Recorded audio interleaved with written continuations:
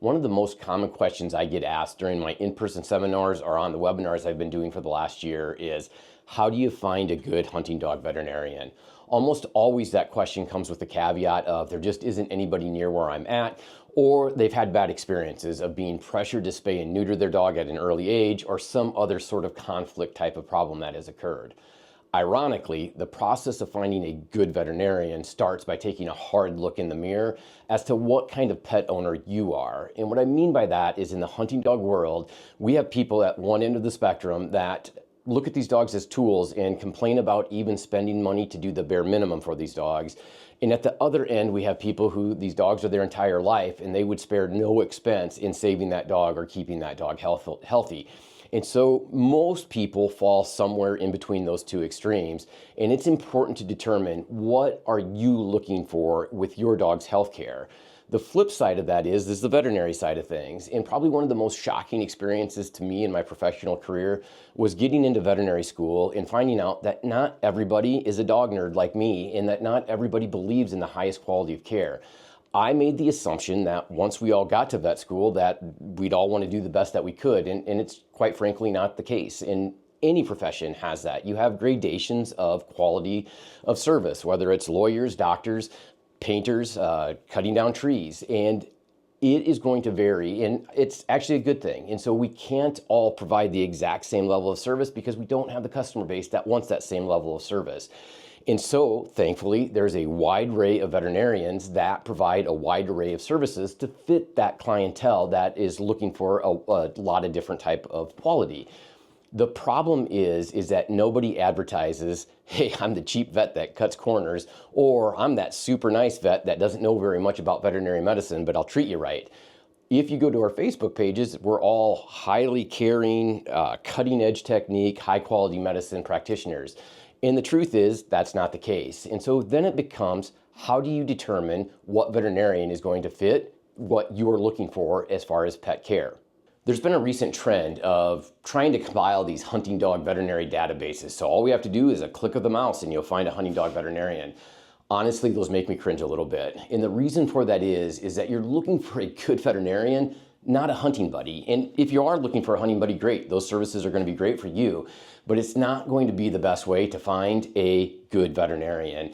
Over the years, I've hired a number of associates and interviewed dozens of them. I practice in a very hunting dog heavy practice. And I can tell you, I've never had as part of my interview question, the question, do you hunt?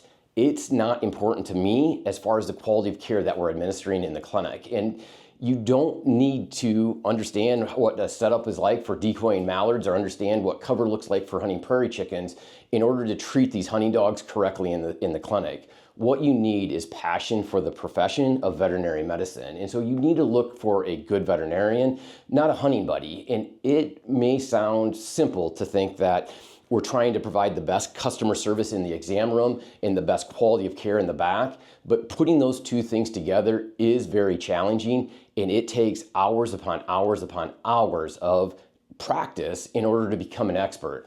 Oftentimes with my young associates, I'll reference the book Outliers by Malcolm Gladwell, where he references the 10,000 hour metric to become an expert. Some people have pushed back on that, saying it's even 20 to 25,000 hours. You have to put a lot of hours into this profession in order to achieve those types of hours total that it takes to become an expert. And so it's not going to be achieved by working 10, 20, 30 hours a week and then playing the rest of the time. Most of your life is going to be in the clinic.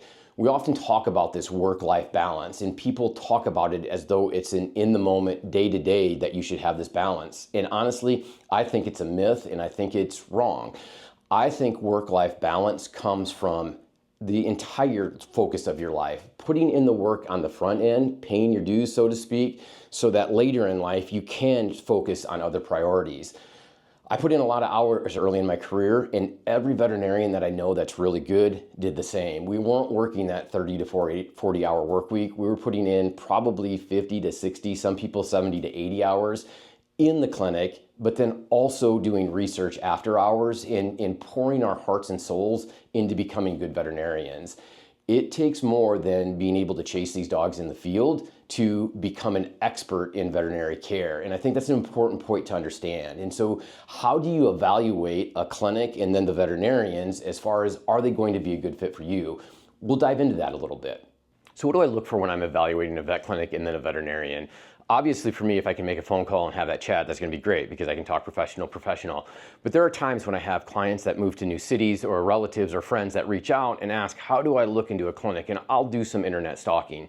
The first place I start is the clinic itself. And while it's no guarantee, oftentimes I'm looking for a clinic that is AAHA certified. And what AAHA is the American Animal Hospital Association, and they have a set of standards that hospitals are measured against, and you're inspected every couple of years to make sure you're following certain protocols, procedures, and it assures a certain standard of care. It's not a guarantee that the practice is excellent, but when you're looking for metrics to look at, it's kind of like dog breeding and health clearances. Something like AAHA is assuring that some hospitals are practicing to a certain standard.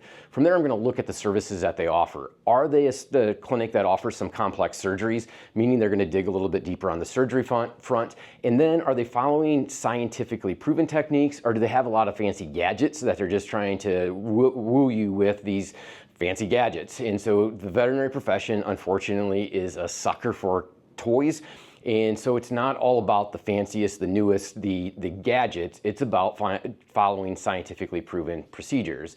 Next, I'm gonna look at the bios of the veterinarians. And what I'm looking for is a dog nerd. I wanna find a bio that's dog-centric. Do they list as their hobbies doing things with their dog? It doesn't have to be hunting, but maybe they run agility. Maybe they go hiking with their dog.